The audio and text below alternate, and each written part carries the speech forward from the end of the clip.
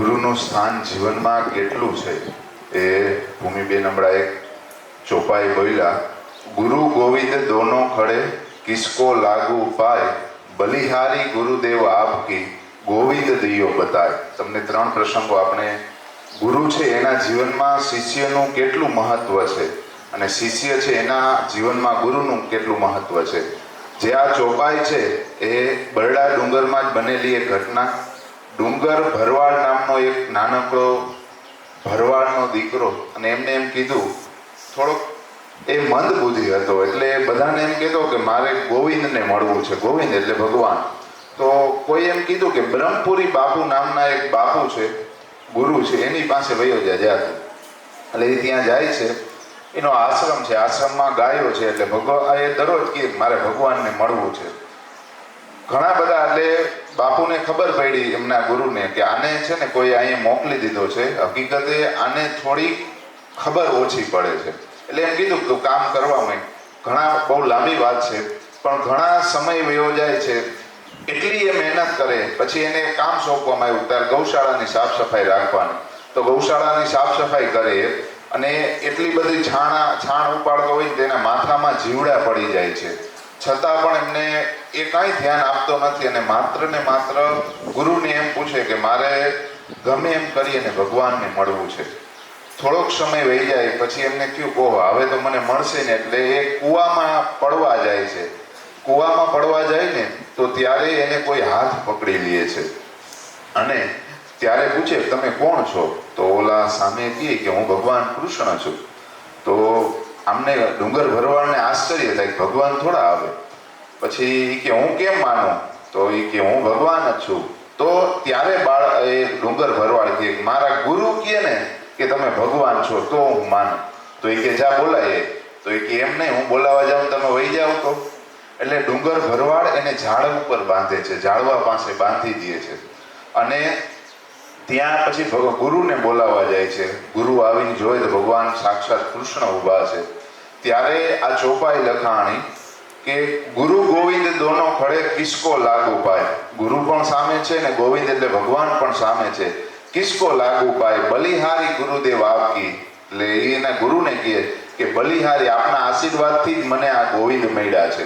તો આ એમને પોતાના ગુરુ પ્રત્યે એટલી શ્રદ્ધા હતી. ભગવાન આવ્યા છતાં પણ એને શું કીધું કે માત્ર જો ગુરુ એટલે કે મારા ગુરુ કહે તો.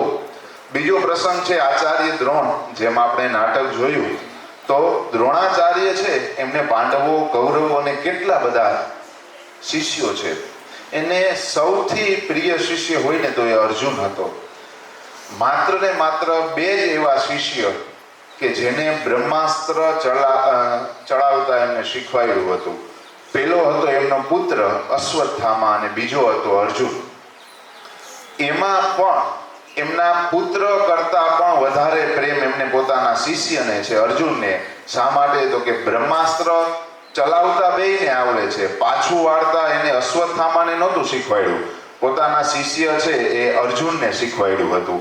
અને ત્રીજો પ્રસંગ છે કે એક બાળક છે, એનો ડાબો હાથ નથી, એને કુસ્તી રમવા માટે જાય છે. તો ગુરુ પાસે જાય એટલે ગુરુને એમ કહે મારે આ શીખવું છે. તો ગુરુ કે વાંધો નહીં, હું તને એક દાવ શીખવાડું, તારે એની દરરોજ પ્રેક્ટિસ કરવાની.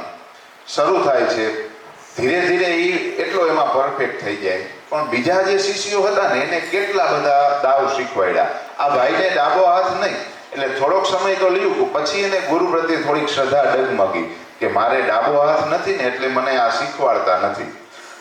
પછી એની એક ગેમ હોય, જેમ કોમ્પિટિશન રમાણી, એટલે બધાએ ભાગ લેવાનો હતો. આને એમ કહ્યું મને એક જ દાવ આવડે છે, મારે ભાગ લઈને શું છે? છતાં ગુરુ કહે ના, તારે ભાગ લેવાનો છે. હવે એને ભાગ લીધો, ધીરે ધીરે ધીરે એ જીતવા માંડ્યો.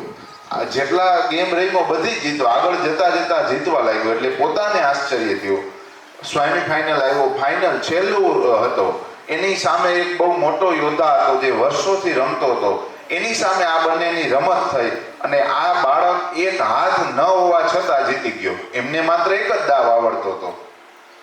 જીતી ગયા પછી એમને બહુ આશ્ચર્ય થયું અને થોડીક ઓલી શ્રદ્ધા ડગમગી હતી ને એને થયું ઓહો, મેં મારા ગુરુ પ્રત્યે આવું કેમ વિચાર્યું. પછી ગુરુ પાસે જઈ અને કહે છે કે ગુરુદેવ મને તો ખાલી એક જ દાવ આવડતો હતો, છતાં પણ હું કેમ વિજેતા બન્યો? મારે તો ડાબો હાથ પણ નથી. ત્યારે ગુરુદેવ એમને કહે છે કે તને જે દાવ આવડતો હતો ને એ દાવ નિષ્ફળ કરવા માટે સામેવાળા છે ને એને તારો ડાબો હાથ પકડવો જોઈએ, અને તારે તો ડાબો હાથ છે જ નહીં, એટલે તારો ડાબો હાથ પકડીને એ દાવ નિષ્ફળ ન કરી શકે. તો ગુરુ અને શિષ્ય બંનેના જીવનમાં એકબીજા છે ને એ પૂરક છે કે ગુરુને શિષ્ય વિના ના હાલે અને શિષ્યને ગુરુ વિના ના હાલે. તો આજના દિવસે આપ સૌને પણ ગુરુ પૂર્ણિમાની શુભકામના. અસ્તુ.